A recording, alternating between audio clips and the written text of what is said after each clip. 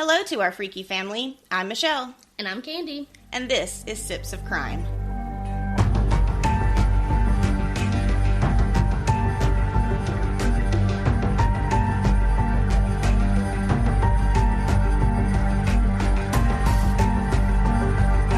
Hello to our freaky family. I hope you all are doing absolutely fantastic.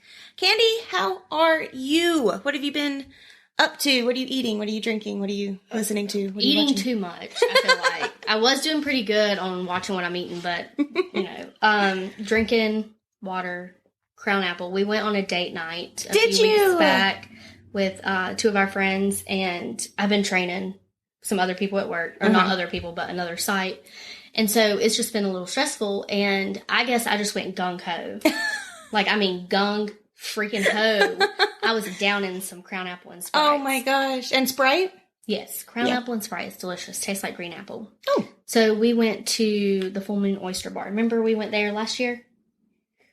Yes. Okay. Well, we went there and they were going down like water. And I am sucking these things down through a straw. Well, I'm feeling them, Well, then I eat and everything. And I'm like sitting there and I'm like, can I get a water to go? And I'm good. Well, I go to stand up, and I'm like, ooh, I'm going to get sick. Oh, no. It was not a pretty sight. Oh. Well, oddly enough, it's actually really funny that you said that, because Kandi and I do absolutely 100% support responsible drinking, okay? You should not be drinking to a point where it affects the evenings or the night of somebody else, obviously. Agreed. So or your work. Or your work, or your children, or your, general life. You should not be drinking to the point to where you are blackout and making, very bad decisions. I've not been blacked out since, high school. Oh, I don't try to get to that point. Right. That's not our goal. I was only blacked out, 2 different times. Yeah. That's not... I know my stopping point. I'm going to get sick and I need to go to bed. Right. But, so we support responsible drinking. Obviously, alcohol and wine should be something that enhances your evening, makes it better. It should not be the destruction of the night. However, I think that we've all been in a position where we have overindulged accidentally. And there have been a handful of things that Kandi and I have been exploring over the years of hangover preventatives. Yes. I didn't know where this conversation was going at first. Yeah. Well, this is one of the reasons, and I think I accidentally left it upstairs. I might have to run and get it. But so we're drinking tonight, obviously, for the podcast, and we're doing Vineyard Day tomorrow. Yes, for our birthdays. Woo-hoo. It's a little late, but that's okay. That's okay. So we've used the iLuna. Yes. Which is an herbal, supplement that is these little tiny balls that you... It almost looks like fish food. It does. Yeah. And then we've also done the purple pills, which I believe the company is called Purple Tree. Yes. And I still have some of those because I like the fact that you can take those after. Uh-huh. Now, iLuna, you have to take before. And you can take up to 3 packets. It tells you on the box, you can have a normal night, a crazy night, and then it says something else. Some other some crazy something of a night, and you can take 3 packets. But we normally just take 1 though. Right. And then we've also used I think it's called Good Labs. While she's looking that up, it's like a lemon ginger shot. It's Morning Recovery. Yeah. By More Labs store. More Labs Morning Recovery. It's a blue bottle, and it's just a shot of kind of vitamins and herbal supplements and stuff like that in a drink form, and you take that right before bed. And I love those. And then in the morning, I use a product called Blowfish for hangovers, which again, we get all of this stuff on Amazon. But Blowfish is very similar to an Alka-Seltzer, but it's just straight caffeine and acetaminophen. Oh. And I feel like it works a lot better. And it's lemon, so it doesn't taste like Alka-Seltzer. Oh, nice. Yes. But today, since I'm testing out something new, I am trying the Party Patch. Oh, I forgot those. I forgot about those. I had gotten them for our weekend in Pigeon Forge, and I never really thought that we really needed them. Luckily, we didn't get crazy in Pigeon Forge. We didn't, but we did cover ourselves because we took Aluna. And we took the purple. Because you can take 2 or 3 of the purple pills. Mm-hmm. And the reason I really like those is, say I do have some wine or I do have some seltzers or whatever, and I only planned on having a few. Well, then some friends come over, and then I've downed a few more. Right. And I'm like, okay. Wasn't expecting to do that. So I'm going to go ahead and pop 2 or 3 of them, and then I'm still good to go the next morning. I mean, I might be a little tired, but I'm not, like hungover. Right. But we did do that, and the drink. We took the Aluna, the 2 purple pills, and the morning recovery. Yeah. We felt great the next day. We did. And we were ready to go. So much. That is my downfall, is whenever I mix wines and different alcohols. Like, so if I have beer, liquor, and wine, like, I know that it's going to be a problem. So anyway, my point is, I'm trying the Party Patch today. I'm planning on using it for our wine day tomorrow as well, just to see kind of what it's like. But we'll report back and see kind of. Yeah, you're gonna have to let me know. Yeah, I like I said, it smells like vitamins. It smells very similar to the purple pills. Yes, it does. So just, but it's a little patch that you stick on your arm. I think you can wear it on like your shoulder or your wrist. And again, all of these things, the blowfish is medicated. It does have acetaminophen in it, but everything else is just like herbal. Right. So it's okay to mix. It's okay to take as much as you want of it. It's not going to hurt you. Obviously follow the directions on the bottle. But yeah, so those are some of the little hangover, like recovery or preventatives that we've been testing out. So I just thought it was funny that you had brought that story up because I wasn't expecting you to tell me. I forgot all about the patches. Yeah. So I'll let you know. So, tell you a funny. Jordan was, my husband, selling a truck on Facebook Marketplace, right? Okay, so... You got all sorts of random people that message you. It's a terrible place to sell things for that reason. And, they'll be like, hey, what about I give you cash and this piece of equipment or this fuller or whatever. Everybody's trying to trade or make some sort of crazy transaction. He just wants cash. He just wants straight out. And honestly, I don't even know what the post had said, but whether he was up for or best offers or whatever. He sends me the screenshot. This guy said, I was reaching out. I'm interested in the Ford 450. I ain't got no money, but I need it to pull my ice cream trailer. I'd let you have intercourse with my wife once a month in exchange for payment. I texted Jordan back. I said, tell him to send you a picture of his wife. He said, hell no, Kandi. I would love to know if his wife is aware of this transaction. I just wanted to have fun with the conversation. And I couldn't help but laugh. Like, oh my Lord. What is who wrong does with that? people? You can't have intercourse with my wife for this truck. Once a month. Once a month for how long? I need to know. There's a time frame. Definitely. Indefinitely. It's worth the Ford. Wow. Oh gosh. Okay, yeah. So anyway. Hilarious. That was my funny. But what have you been up to? Nothing much. Will and I are getting ready to remodel the downstairs. We're super excited, but we're also kind of terrified because we're doing it ourselves. Yeah. We're pulling up the carpet. We've decided that we're going to treat the concrete underneath. We're not laying flooring. So we're gonna seal and we're gonna coat and seal the concrete. And I should have a brand new sectional arriving fairly soon. Nice. I ordered it.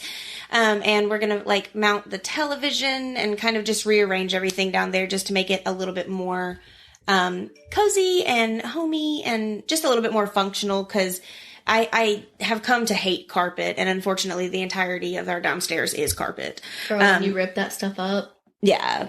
It's going to be gross. Cause when we ripped up our entire house, the entire upstairs, you think you vacuum and you think that it's getting it, and it don't. It doesn't. Yeah. So I'm really not looking forward to it, to that part at least. But once the carpet is gone, the rest of it should be fairly easygoing. But I did take a little before picture, and I'll take an after one and put it together. So, but yeah, no. So other than that, I have been just doing the normal stuff.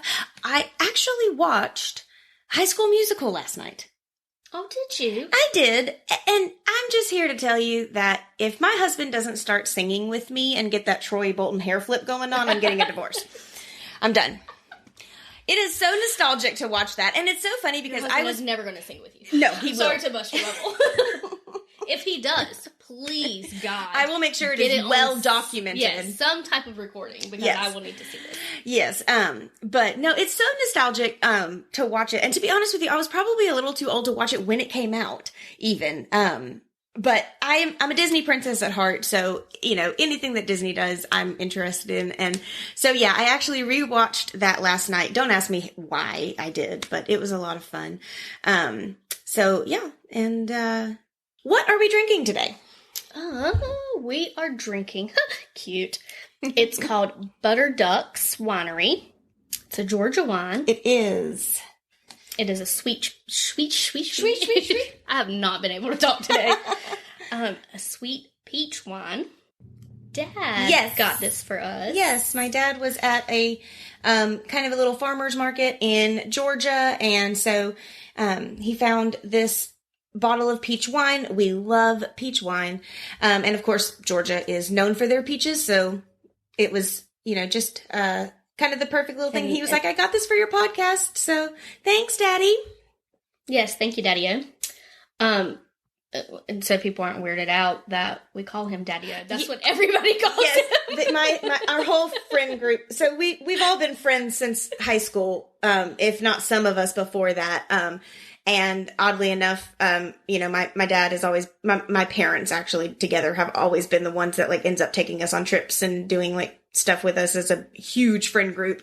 And so, at a time frame, there might be 4 or 5 people at my house at one time, while we were in high school, and everybody's adopted the name Daddy-O for him. And, some of my friends call my mother Muffin. I called her Mommy-O. Yeah, some do Mommy-O, but yeah, Muffin and Daddy-O. Those are my parents. Cute. I didn't know about Muffin. That's funny. That's really funny. Okay, so, story on the back says, many wines tell of the great berry and fruit flavors they have.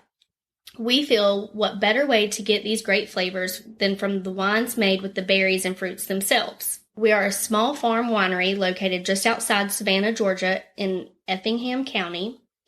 What may have started as a hobby has now turned into the love of wine and winemaking. Our goal is to make fine wines from the fruits of Georgia.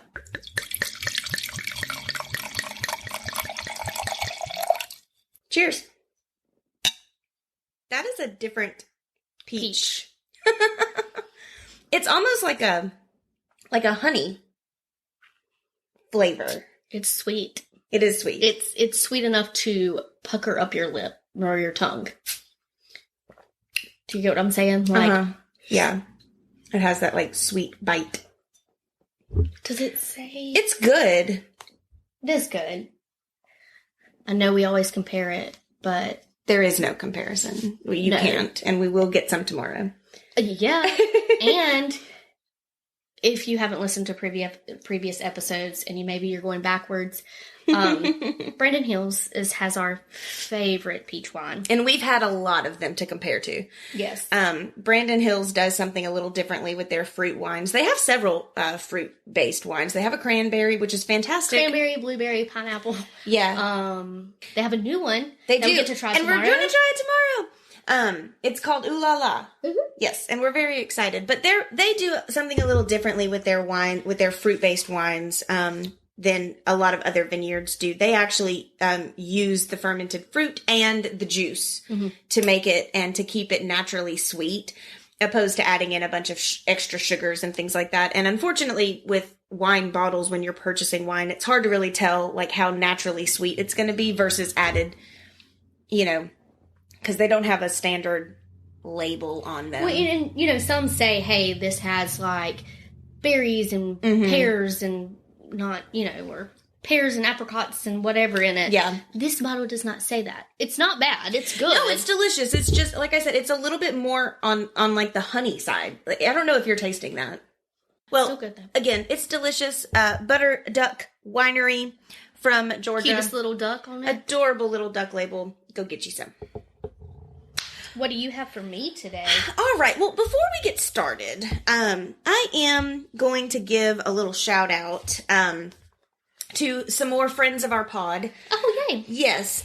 So they reached out to us. They have a new book. It's Erika Somerfelf and Philip Longo, and they have a new book called Confessions. Yes, we both do. Confessions of a Prison Cook, a fusion of food and crime. And I have been... Did you already read it? I've been reading through it. Okay. But they actually ended up, before I bought the book, they ended up sending us, I did buy the book. They did not gift it to us. But they did send us like a little, chapter, a little insert from one of their chapters. But so I was like, you know what? No, like if I'm going to actually give a good review on it and talk about it, I needed to go ahead and buy it. And so I decided that it was important that I support them, and go ahead and purchase my book. So I did. I got it from Amazon. So check them out. But one of the things that I really like about it is, let me read you the back of it first. Okay.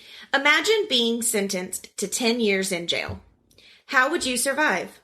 Confessions of a Prison Cook, a fusion of food and crime, is based on the true story of a New York banker's incarceration and redemption after becoming the inmate's chef. Nurturing fellow cons and eventually, nourishing fellow cons and eventually his own soul, Philip Longo survives and thrives to recount twisted tales and stir up tongue-in-cheek recipes. Mix in sexy, inept nurses, drunks, monks, Chinese gangsters, and one-legged cooks.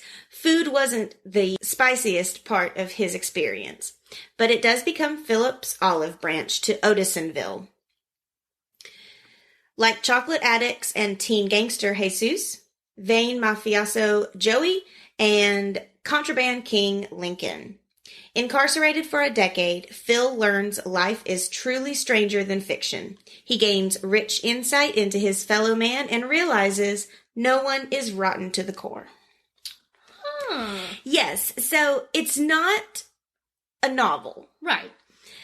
So each chapter is a little bit of a confession, ultimately, of something really that happened. Yeah, like a short tale of something he experienced in jail. I'm borrowing this book when you're done with it. It's adorable. And most of the chapters end with a recipe. That is so great! Yes, and all of the recipes are named after the tale that was being told, right? Cold stuffed cubes. Yes. And not to mention, it not only do they end with a recipe, but they also end with a news pairing. And it's always something funny. For instance, I just opened up to this page. A study unearthed the fact that 75% of all plant-based protein powders test positive for toxic lead. Oh. Yeah, it's just like a fun food fact or fun fact about something at the end of each chapter. And it's really adorable. I've really been enjoying it. I'm definitely gonna borrow it. It's something that you can take with you and get a few tales in. It's not something where the chapters are like hundreds of pages of long. Mm-hmm. So definitely go and check them out. Again, that is Erika Somerfelf and Philip Longo, Confessions of a Prison Cook, a fusion of food and crime. You can find their book on Amazon, and we will post it on our Instagram as well. Yes. So. And there was another update that I wanted to give you beforehand. In our last episode, we had talked about somebody doing audiobooks, and I had told you, you were talking about you could get paid to read audiobooks. Yeah. And I told you that I was pretty sure that there was a pretty prolific serial killer who did that in prison. Mm-hmm. Yes. It was Ed Kemper, the co-ed killer. Yes. So he actually was a volunteer for Vacaville, which is VOV. It's a non-profit organization for blind people. Okay. Yeah. Kemper recorded over 5,000 hours of audiobooks for them. As a volunteer, he did not get paid. And he was actually really well regarded. Huh. They said he was good at it, and, they really enjoyed the time that he was able to do on it. And this is what he said about it. I can't begin to tell you what this has meant to me to be able to do something constructive for someone else, to be appreciated by so many people, the good feeling it gives me after what I've done. Unfortunately, he did suffer a stroke in 2015, which did end his work with the VOV, but he is still alive and in prison. So, what we are going to be covering today, staying in, it was really the book that sparked kind of this episode that I've put together for you guys. So, sticking with the theme from our Confessions of a Prison Chef book, I have decided to put together an episode of Prisoner's Last Meal. Yay! I'm so excited about this. So I am going to start off a little bit with the history, and just a little bit of information about it before I get into the actual death row inmates and what they chose. So, a few days before their execution, death row prisoners are usually granted one special meal. The regulations on the meal vary from continent to continent, country to country, and even state to state. In the United States, alcohol and cigarettes are usually not permitted. In Florida, the last meal can't be over $40, and in Oklahoma, its limit is $15 to $25. Yep. I mean, which should be completely understandable, but... They are on death row for a reason. But it's their last meal. Like, they're about to die. Yeah. You should be okay. Yes. In Louisiana, the prison director joins the convict for their last meal. In September 2011, the state of Texas abolished all last meal requests for condemned prisoners because of white supremacist Lawrence Russell Brewer, who requested a large and expensive last meal but did not eat any of it, stating that he wasn't hungry. What a shithead. Yeah, so they stopped it, stating the victims of the convicted didn't get this same courtesy. So, way to go, Lawrence, for fucking up for everybody. You want to know what he ordered? Yeah, of course I do. I want to know the one that messed it up for everybody. What did you order? For everybody in Texas. 2 chicken fried steaks with gravy and sliced onions. A triple patty bacon cheeseburger. A cheese omelet with ground beef, tomatoes, onions, bell peppers, and jalapenos. A bowl of fried okra with ketchup. 1 pound of barbecue meat with half a loaf of white bread. 3 fajitas. A meat lover's pizza. 1 pint of Bluebell ice cream. A slab of peanut butter fudge with crushed peanuts. And 3 root beers. Okay, one. Number 1. Why would you even order all that for him? I think he was ultimately, trying to make a... Well, yeah, clearly. Because he could not eat all that if he wanted to. You should have been like, hey, okay, look. Yeah, listen. I know you're trying to be a little smart ass over here. But, for real. Yeah, what do you want to eat? Right. Treat him like your child. Yes. What you want to eat. So, like I said, they prepared all of this for him. A whole loaf of bread. Half. Oh, a half a loaf of bread. Half a loaf of white bread. And a pound of barbecue. Yes. A whole pizza. Yeah. Fajitas. Mm-hmm. 3 of them. A 3-pattied burger. Mm-hmm. Yeah. And they made all of it. And he just sat there and was like, yeah, I'm not hungry. So, that pissed Texas off. So they said no more. Yeah. So, a little bit of the history. According to a paper written by a facility member at Mercer University School of Law in Georgia, the tradition of last meals stretch back across centuries of the United States history and before. The paper states, while most people believe the rituals of the last meal originated with the last meal of Jesus, the tradition can be traced back to a fear of ghosts in pre-Christian times. In ancient Greece, you had to feed the person who was going to be executed so that they could cross the river Styx into the underworld and not come back as a hungry ghost, the portion of the paper read. Over the course of human history, the tradition of the last meal evolved. The Puritans of Massachusetts once held grand feast for the condemned, believing it emulated, again, the Last Supper of Christ, representing a communal atonement for the community and the prisoner. The dishes that the prisoners request are often steak, fried chicken, pizza, pasta, burgers, cakes, and pies. But every now and again, there will be an unusual request for some other strange circumstance connected with the last meal. So grab a glass. Grab a friend. And let's dive in. Okay, so the first inmate that we are going to go over is John Wayne Gacy. So I am going to touch on a little bit of why they're in prison. So it's going to be kind of a whole bunch of true crimes over and over. But I'm not going to go into a whole lot, amount of detail for each inmate. But he is on our list. He is on our list to do. We will be doing him soon. Also, before I jump into all of these, I did find an interesting article that I used as a resource for some of this episode in CBS News by Christine Capatides about a guy named Henry Hargreaves, who captured the haunting images of death row inmates' last meals, which is actually where I got the photo for Instagram. So what he ultimately did was he created a bunch of platters and photographed them based on the prisoners' requests, which was pretty cool since obviously nobody is in prison taking pictures. Right. So that is John Wayne Gacy's last meal. John Wayne Gacy was an American serial killer and sex offender who raped, tortured, and murdered at least 33 young men and boys. Gacy regularly performed at children's hospitals and charitable events as Pogo the Clown or Patches the Clown. Michelle will be doing that episode. Yes, I will.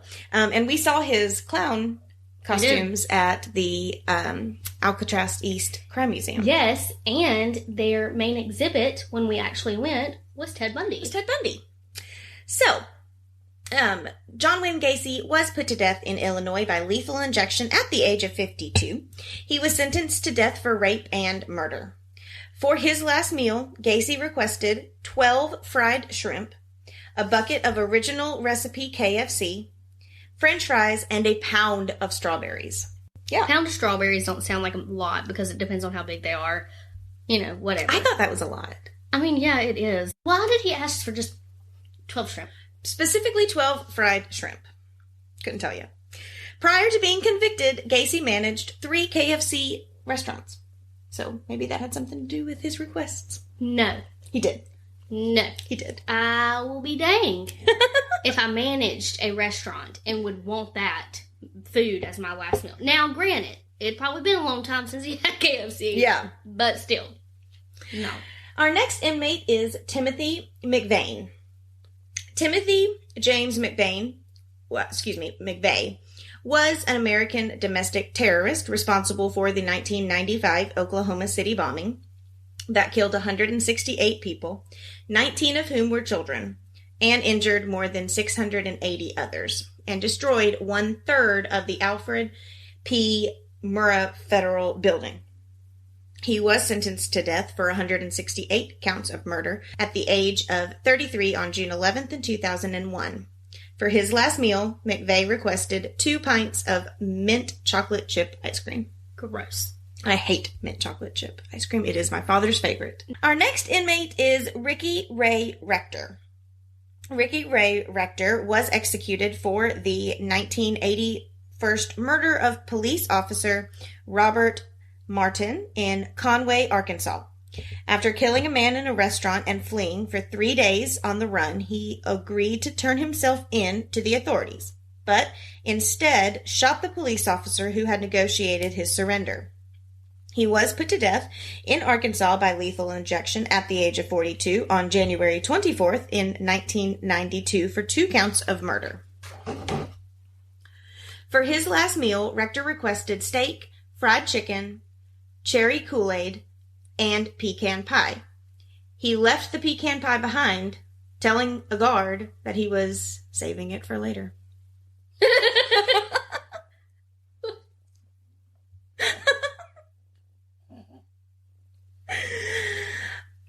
Yep. I'm going to try not to have a comment for each one of these meals. But cherry Kool-Aid? Cherry. With your steak. With steak and fried chicken. Are you too? Stephen Anderson.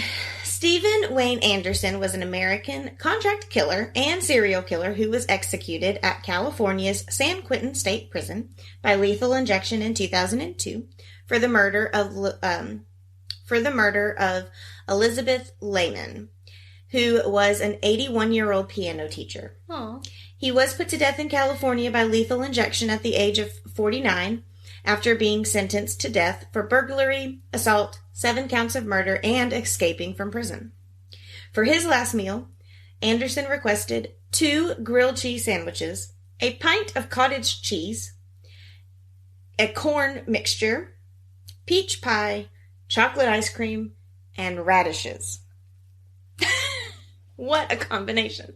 Ronnie Lee Gardner was an American criminal who received the death penalty for killing a man during an attempted escape from a courthouse in 1985 and was executed by a firing squad by the state of Utah in 2010. His sentence included burglary, robbery, and 2 counts of murder. After fasting for 48 hours, Garner requested steak, a lobster tail, apple pie, vanilla ice cream, and to eat it all while watching the Lord of the Rings trilogy, which they granted. That is the most normal one sounding yet. That's the only normal one. So far, yeah, I would agree. Who puts chocolate ice cream with peach cobbler?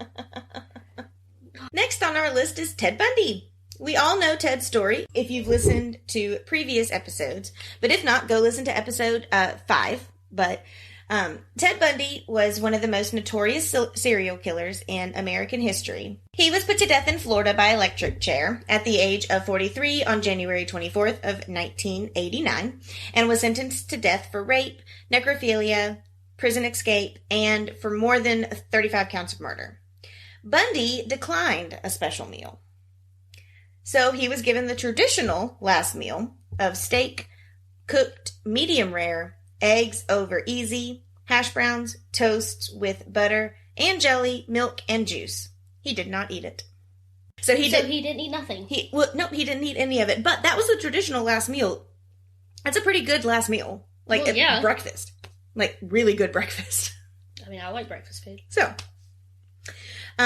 Ronnie Treadgill was put to death in Texas by lethal injection at the age of 40 on April 13th of 2013. He was sentenced to death for murder after shooting and killing Dexter McDonald, a 17-year-old, outside of a nightclub in Navarro County, and stealing his car. He eventually lost control of the car, and it crashed, and he fled. Police found him hiding at a truck stop, clinging to the axle underneath a parked semi-truck. Get the heck out of here. For his last meal, he requested baked chicken, mashed potatoes with country gravy, vegetables, sweet peas, bread, tea, water, and punch. However, Texas abolished their last meal in 2011, so he got the same meal as everyone else. Oh, that's crappy. To look forward to something you can't even have it. Yep. And they all go for, like, fried chicken and steak. I know, like, really, like, down south southern, like, comfort soul food. Yes, like, come on, y'all. Victor Harry Fegner was a convicted murderer and the last federal inmate in the state of Iowa. In 1960, he was a drifter from Michigan and arrived in Dubuque, Iowa. Upon arriving there, he rented a room and began calling doctors from the Yellow Pages. Dr. Edward Bartels answered his call, and Fegner claimed that a woman needed help. When Dr. Bartels arrived, Victor shot him in the head. A few days later, the doctor's body was found in a cornfield, and he was arrested while trying to sell the victim's car. He was charged with kidnap, murder, and sentenced to death. Fegner was 28 years old when he was executed by hanging on March 15th, 1963. Fegner Henry's last meal request was a single olive with the pit left in. After the execution, the pit was found in his shirt pocket. It is believed that Fegner wanted to be buried with the pit so an olive tree, which is a symbol of peace, would grow from his grave. I mean, that's some good thinking. I wouldn't have thought hey, I'm going to put this in my shirt pocket to be buried pit with. in my pocket so a tree will grow in my place. Thomas J. Grayscone was 32. when he was executed by lethal injection at Oklahoma State Penitentiary on March 20th, 1995. Graysco's execution was punishment for the 2 lives he had taken. His first victim was 87-year-old Hilda Johnson, whom he strangled using her Christmas lights on Christmas Eve in 1990. The woman lost her life for $12 and a television. 6 months later, Graysco killed 81-year-old Leslie Holtz and stole his Social Security check. He confessed to both crimes when he was arrested by New York detectives who were investigating the murder of his second victim. Graysco's massive last meal consisted of 2 dozen mussels, 2 dozen clams, a half dozen spare ribs, a double cheeseburger from Burger King, Ugh.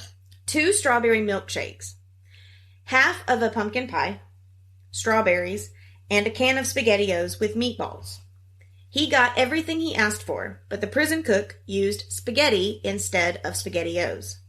Graysco's last words, issued in a statement before his execution, were, "I did not get my SpaghettiOs. I got spaghetti. I want the press to know this." Pissed he didn't get his SpaghettiOs and meatballs. Of all the things you're worried about before you're executed.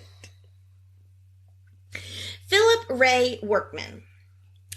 Philip Ray Workman was 28 years old when he shot and killed police officer Ronald Oliver while robbing a Wendy's restaurant in Memphis on August 5th, 1981. Shortly after he was arrested, Workman was sentenced to death by lethal injection.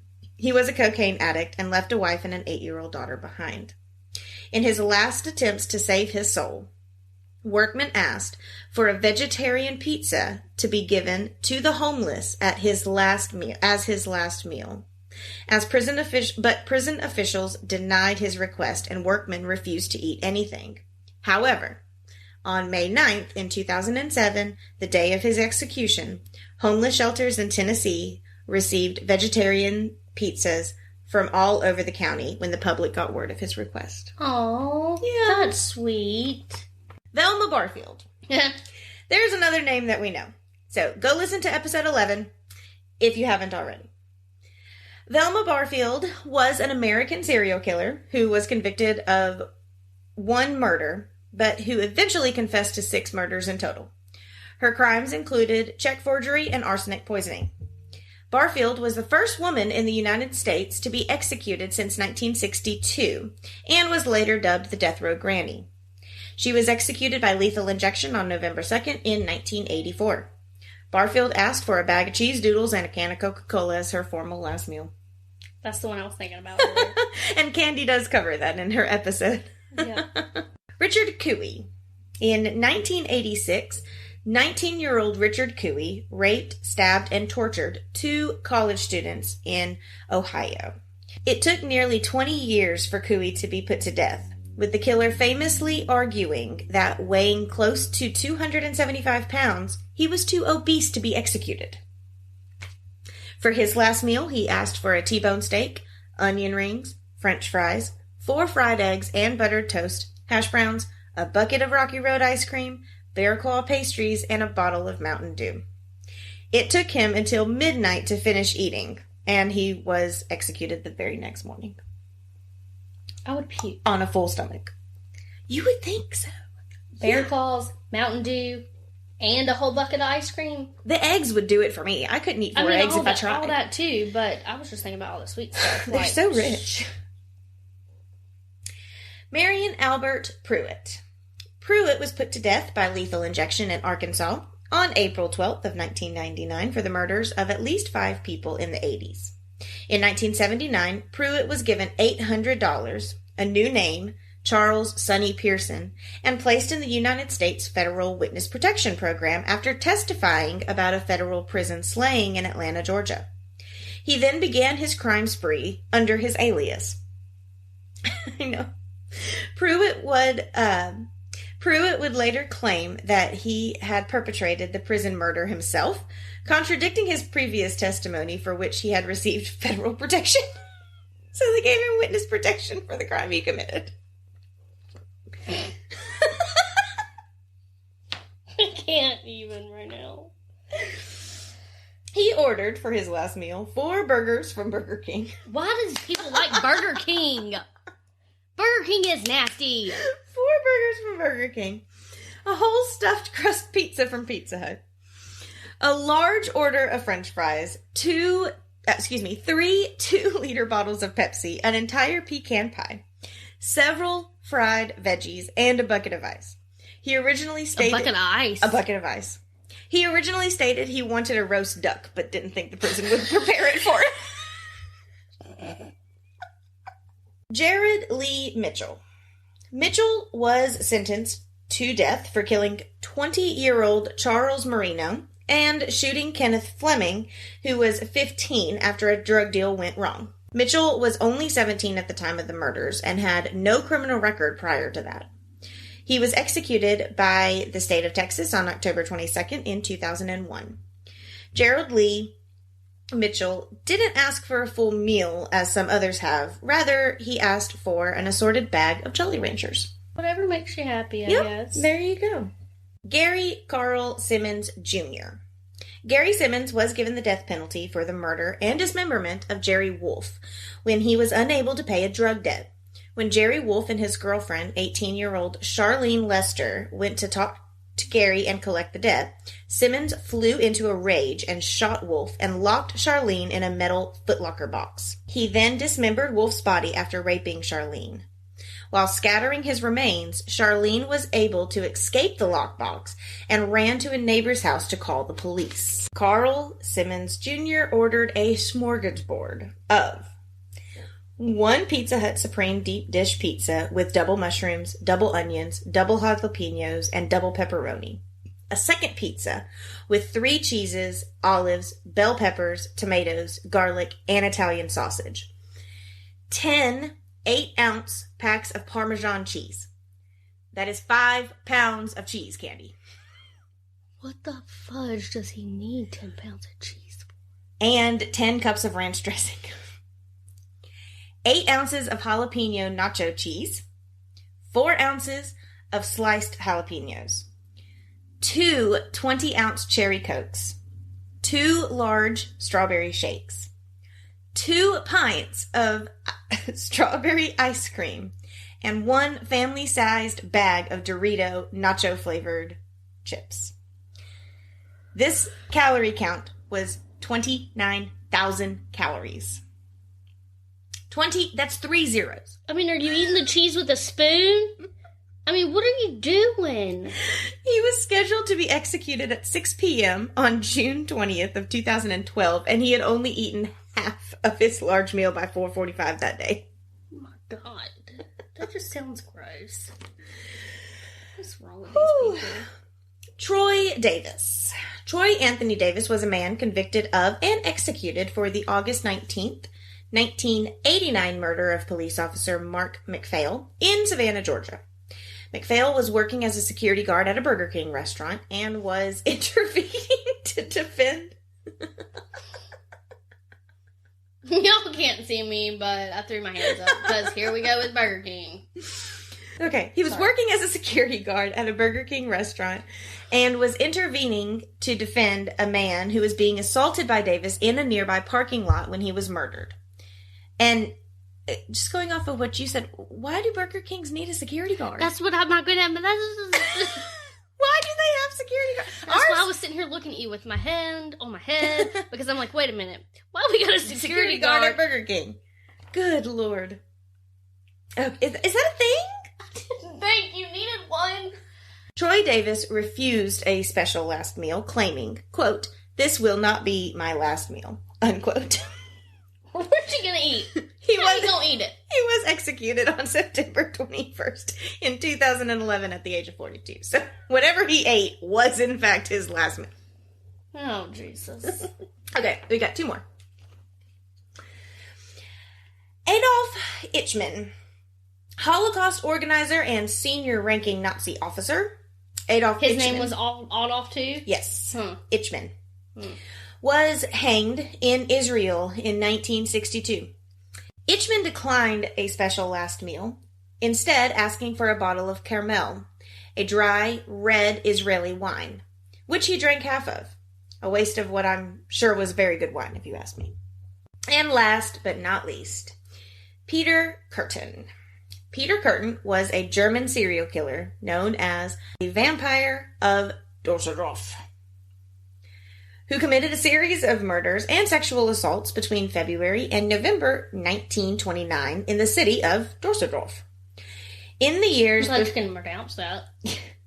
Took me a while and I had to Google it, but I am pronouncing it correctly. It is Düsseldorf. I believe you. In the years before these assaults and murders, Kürten had assumed a lengthy criminal record for offenses, including arson and attempted murder. He would, in fact, drink the blood of his victims, giving him, of course, his notorious name. He was beheaded in 1931 on July 2nd and had a pretty common request for his last meal: a Wiener Schnitzel, some fried potatoes, and a bottle of white wine. What made it extravagant was that the fact that after he was finished, he asked for seconds, and they actually granted his request. And that, Kandi, is my compilation of death row inmates. That was crazy last meals. I really enjoyed that. I hope you did. And I mean, I was really trying not to interrupt because I had so much to say. Yeah, lots to say. But I hope you guys enjoyed it. I hope you did too. Like I said, I felt like we needed something a little lighter after Arm and Muse.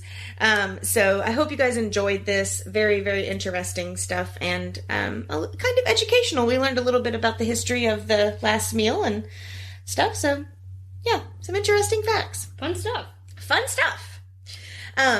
Well, we just want to thank you guys again for supporting us and for listening. We really do appreciate each and every single one of you guys. We will be coming out with a happy hour episode for our birthday celebration coming up, which we'll be posting the Monday after this one. So keep a lookout for that. And we've got some fun ideas for that episode.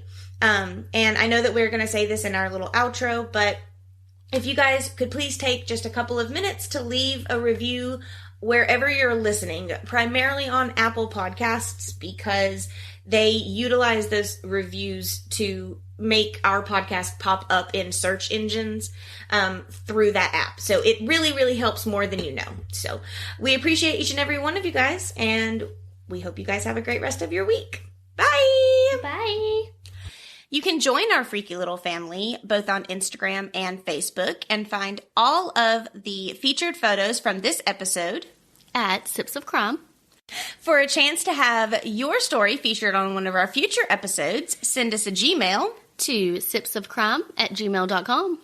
And you can find all of our episodes wherever you get your podcasts. If you're listening on Apple Podcasts, we would really appreciate you giving us a 5-star review because it really helps other people find our podcasts and our episodes. Thanks for listening. Stay alive.